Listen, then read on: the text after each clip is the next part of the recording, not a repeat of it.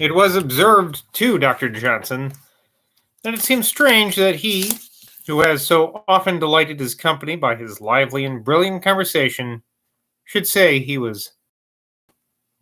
Johnson answered, Alas, it is all outside. I may be cracking my joke and cursing the sun. Sun, how I hate thy beams. I knew not well what to think of this declaration, whether to hold it as a genuine picture of his mind, or as the effect of his putting himself contrary to fact that the position which he had assumed as to human unhappiness was true. We may apply to him a sentence in Mr. Greville's Maxims, Characters, and Reflections, see page 139, a book which is entitled to much more praise than it has received. Quote, Aristarchus is charming, how full of knowledge, of sense, of sentiment. You get him with difficulty to your supper, and after having delighted everybody and himself for a few hours, he is obliged to return home. He has finished his treatise to prove that unhappiness is the portion of man. There's a footnote back here. Yet there is no doubt that a man may appear very gay in company who is sad at heart.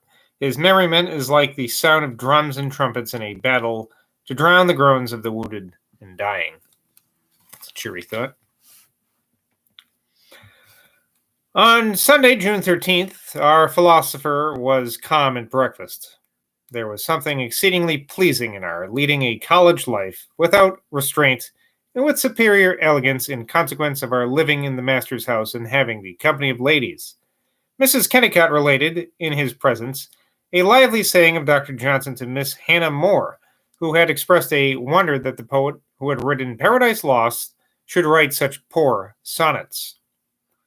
Quoting Johnson here, Milton, madame, was a genius that could cut a colossus from a rock, but could not carve heads upon cherry stones.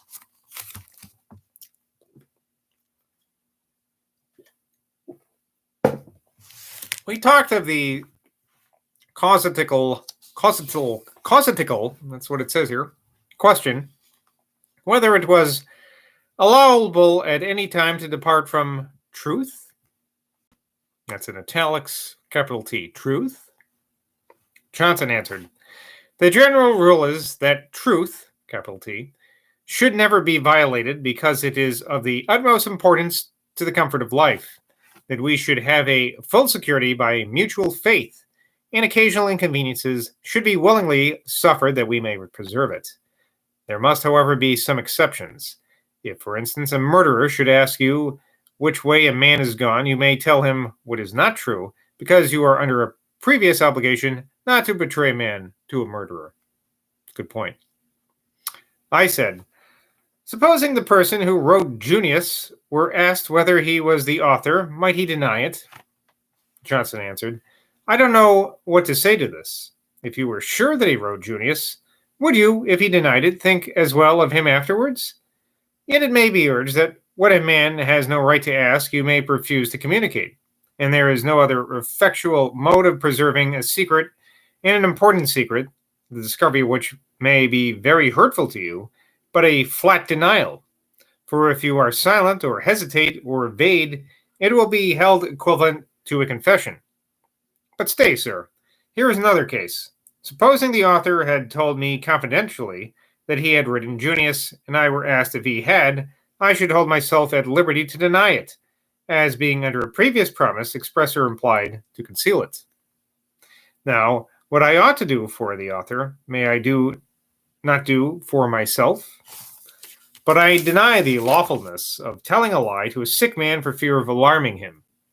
You have no business with consequences. You are to tell the truth. Besides, you are not sure what effect your telling him that he is in danger may have. It may bring his distemper to a crisis, and that may cure him.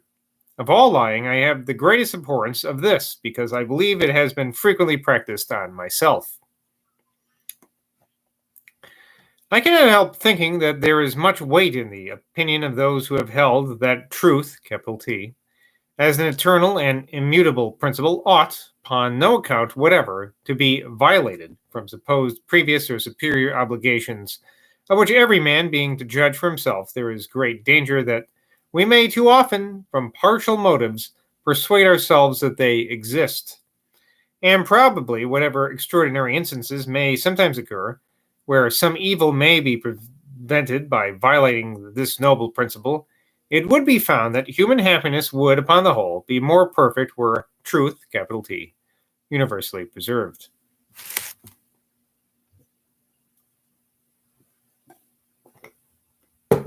In the notes to the Dunciad, we find the following verses addressed to Pope.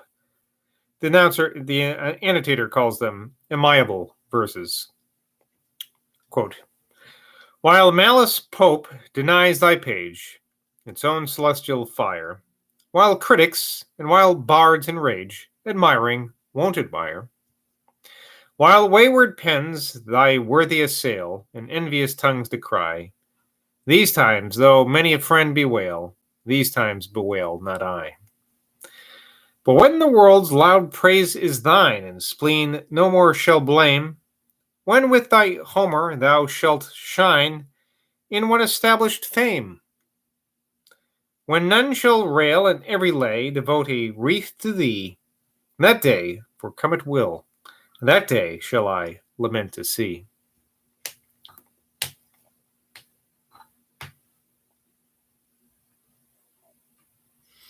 I'm thinking, when I read Homer there, I'm thinking like a home run. It is surely not a little remarkable that they should appear without a name. Miss Seward, knowing Dr. Johnson's almost universal and minute literary information, signified a desire that I should ask him who was the author. He was prompt with his answer.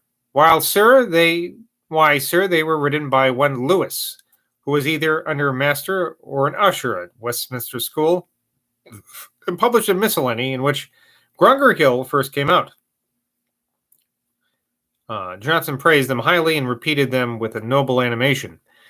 In the 12th line, instead of one established fame, he repeated one unclouded fame, which he thought was the reading in former editions, but I believe was a flash of his own genius. It is much more poetical than the other. Lewis's verses addressed to Pope were first published in a collection of pieces on occasion of the Dunciad, 8 volumes, 1732. They did not appear in Lewis's own miscellany, printed in 1726. Grunger Hill was first printed in Savage's Miscellanies as an ode, and was reprinted in the same year in Lewis's Miscellany in the form of Now Bears. In his Miscellanies, 1726, the beautiful poem, Away, Let Not to Love Displeasing, reprinted in Percy's Reliquies, Volume 1, Book 3, Number 13, first appeared. That's a footnote from M, the editor, not Boswell. On Monday, June 14th, and Tuesday, the 15th, Dr. Johnson and I dined on one of them, I forget which, with Mr. Mickle, translator of the Luciad, at Wheatley, a very pretty country place a few miles from Oxford, and on the other with Dr. Wetherall, master of University College. From Dr. Wetherall's, he went to visit Mr. Sackville Parker, the bookseller, and when he returned to us, gave the following account of his visit, saying, I have been to see my old friend Sack, Parker. I find he has married his maid. He has done right. She has lived with him many years in great confidence, and they had mingled minds. I do not think he could have found any wife that would have made him so happy. The woman was very attentive and civil to me. She pressed me to fix a day for dining with them and to say what I liked, and she would be sure to get it for me. Poor Sack, he is very ill indeed. We parted as never to meet again. It has quite broke me down. This pathetic narrative was strangely diversified with the grave and earnest defense of a man's having married his maid. Man needs a maid. I could not but feel it as, in some degree, ludicrous. In the morning of Tuesday, June 15th, while we sat at Dr. Adams's, we talked of a printed letter from the Reverend Herbert Croft to a young gentleman who had been his pupil, in which he advised him to read to the end of whatever books he should begin to read. Johnson said, This is surely a strange advice.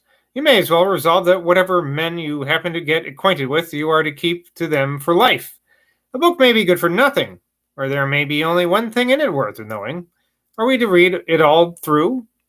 These voyages, pointing to the 3 large volumes of Voyages to the South Sea, which were just come out, who will read them through? A man has better work his way before the mast than read them through. A man had better work his way before the mast than read them through. They will be eaten by rats and mice before they are read through. They can be little entertainment in such books. One set of savages is like another. Ooh. I said, I do not think the people of Otaheite can be reckoned savages. That's spelled Otaheite with a little dash above the E.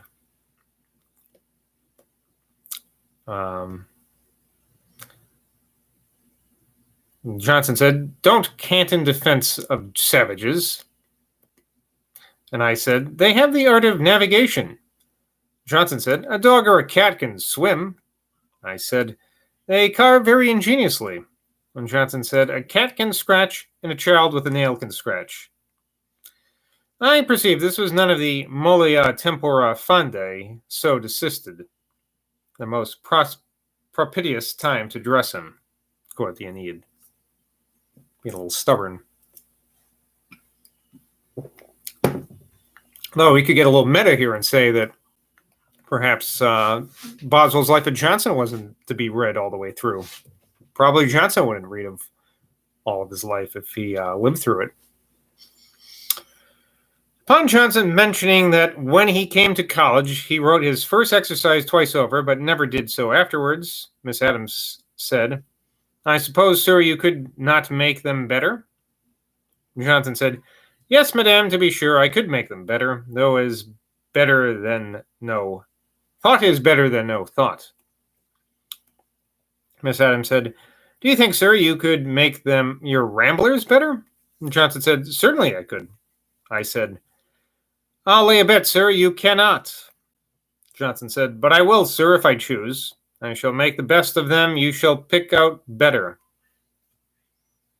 I shall make the best of them you shall pick out, better. I said, but you may add to them. I will not allow of that. And Johnson said, nay, sir, there are 3 ways of making them better: putting out, adding, or correcting. During our visit at Oxford, the following conversation passed between Johnson and me on the subject of my trying my fortune at the English bar. Having asked whether a very extensive acquaintance in London, which was very valuable and of great advantage to a man at large, might not be prejudicial to a lawyer by preventing him from giving sufficient attention to his business, Johnson said, sir, you will attend to business as business lays hold of you. When not actually employed, you may see your friends as much as you do now.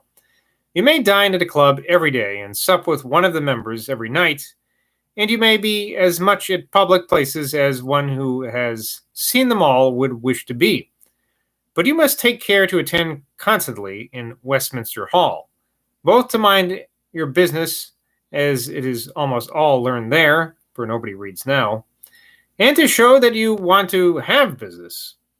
And you must not be too often set at public places that competitors may not have it to say, he is always at the playhouse or at Ranelagh, and never to be found in his chambers. And, sir, there must be a kind of solemnity in the manner of a professional man. I have nothing particular to say to you on the subject. All this I should say to anyone. I should have said it to Lord Thurlow 20 years ago.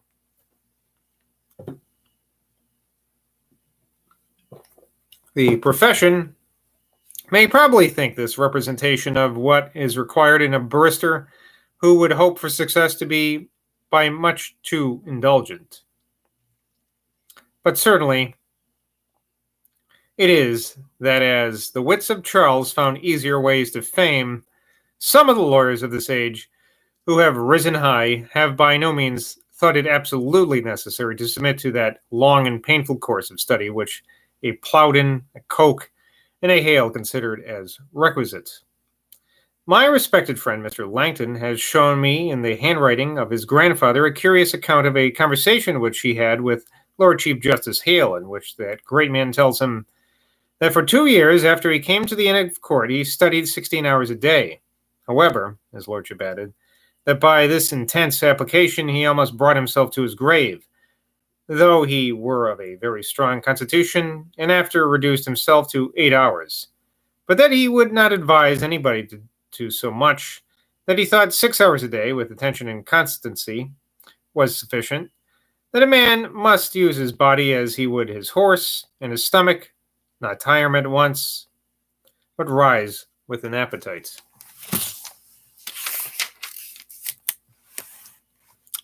On Wednesday, June 19th, Wednesday was the 16th, actually, Dr. Johnson and I returned to London.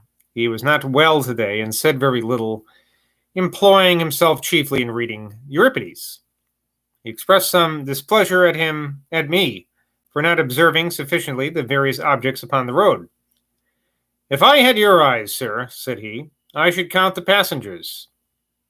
It was wonderful how accurate his observation of visual objects was, notwithstanding his imperfect eyesight, owing to a habit of attention. That he was much satisfied with the respect paid to him at Dr. Adams's is thus attested by himself. Quote, "I returned last night from Oxford after a fortnight abode with Dr. Adams, who treated me as well as I could expect or wish. And he that contents a sick man, a man whom it is impossible to please, has surely done his part well." That's from his letters to Mrs. Thrale, Volume 2, page 372. After his return to London from this excursion, I saw him frequently, but have few memorandums. I shall therefore here insert some particulars which I collected at various times.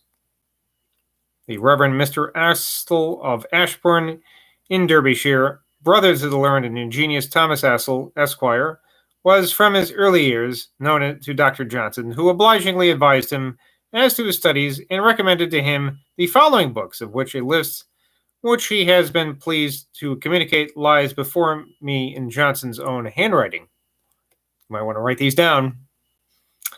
Universal History Ancient, Rollins's Ancient History, Puffendorf's Introduction to History, Vertot's History of Knights of Malta, Vertot's Revolutions of Portugal, Vertot's Revolutions of Sweden, Cart's History of England, and then Present State of England, Geographical Grammar, Prideux's Connection, Prideaux Connection, Nelson's Feasts and Fasts, Duty of Man, Gentleman's Religion, Clarendon's History, Watt's Improvements of the Mind, Watts's Logic, Nature Displayed, Loth's English Grammar, Blackwell on the Classics, Sherlock's Sermons, Burnet's Life of Hale, Dupin's History of the Church, Chuckford's Connections, Law's Serious Call, Walton's Complete Angler,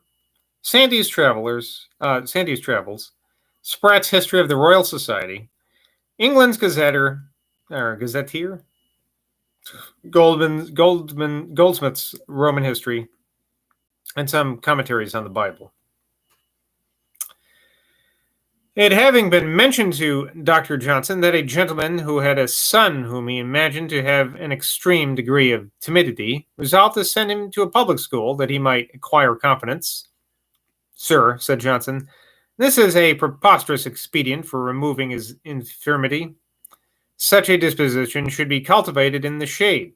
Placing him at a public school is forcing an owl upon day." Speaking of a gentleman, Dr. John Taylor, whose house was much frequented by low company. "Rags, sir," said Johnson, "will always make their appearance where they have a right to do it."